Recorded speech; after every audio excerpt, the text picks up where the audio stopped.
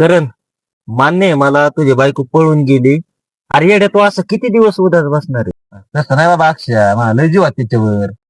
तिचं प्रेम लय जाम धरून ठेवलं होतं. असं जाम पकडलं होतं काय?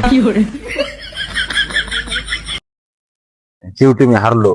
मग ती जिंकली वाटतं. काय करतो काय? चेष्टा कराय तू लय कुठे शेण आहे. काय म्हणला नाही काय नाही काय नाही. अक्षय? ती तुझी मामाची पोरगी होती ना? मामाची? हा? अरे नको, ती लय खारकाट्या नाकाची. हो जाऊ दे करण, मी तुझं वाटलंस तर स्वतः दुसरं लग्न करून देतो. माझ्या ओळखीची एक पोरगी एवढी सुसंस्कृत आणि एवढी सोजवळ आहे ना, की बस खरंच भारी. अय्ये पुढे हा. ती डिलिव्हरीला गेली.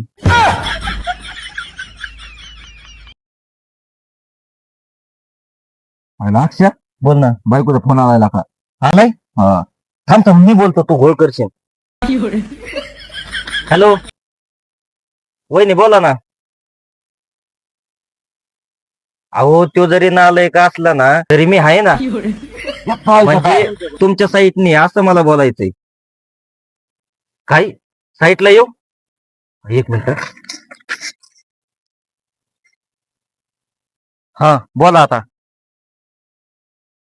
बरं तुम्ही माझं ऐका, तुम्ही इकडे या, मी तुम्हाला सांभाळतो, तुमच्या नवऱ्याला सांभाळतो, आणि तुमच्या बरोबर कोणती नागुजी आहे ना त्याला पण सांभाळतो, आणि तुमच्या पोरांच्या दाखल्यावर आहे ना माझं नाव टाकून घेतो.